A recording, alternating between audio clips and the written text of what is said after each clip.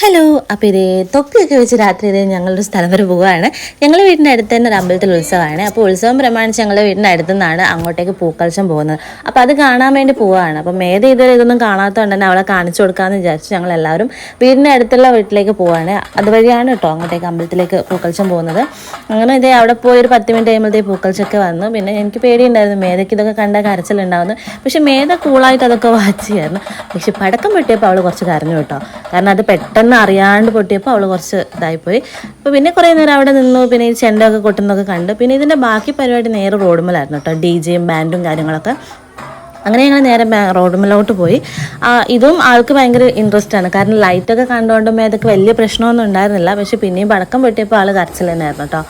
അതൊക്കെ കഴിഞ്ഞ് ഞങ്ങൾ അമ്പലത്തിൽ പോകണമെന്ന് വിചാരിച്ചു. പക്ഷെ പോകാൻ പറ്റിയില്ല. മേധ ഭയങ്കര അലമ്പാക്കുന്നുണ്ടായിരുന്നു. അങ്ങനെ ഞങ്ങൾ നേരെ വീട്ടിലോട്ട് പോകുന്നു കേട്ടോ. ഇന്നത്തെ വീഡിയോ ഇത്രയേ ഉള്ളൂ. അപ്പോൾ